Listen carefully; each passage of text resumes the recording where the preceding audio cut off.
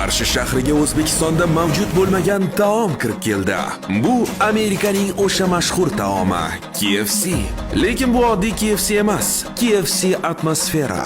Ushbu KFC atmosfera maxsus apparatda tayyorlanganligi sababli go'shti ich-ichigacha mayin, tashqi qavati esa qarsildoq bo'lib pishadi.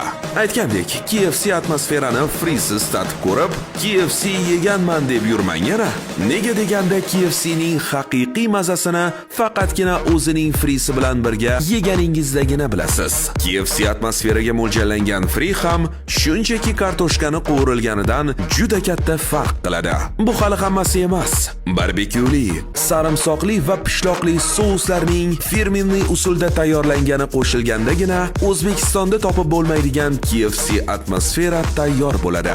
1000 marta eshitgandan ko'ra bir marta atmosfera kafesiga kelib, yeb ko'rganingiz yaxshi.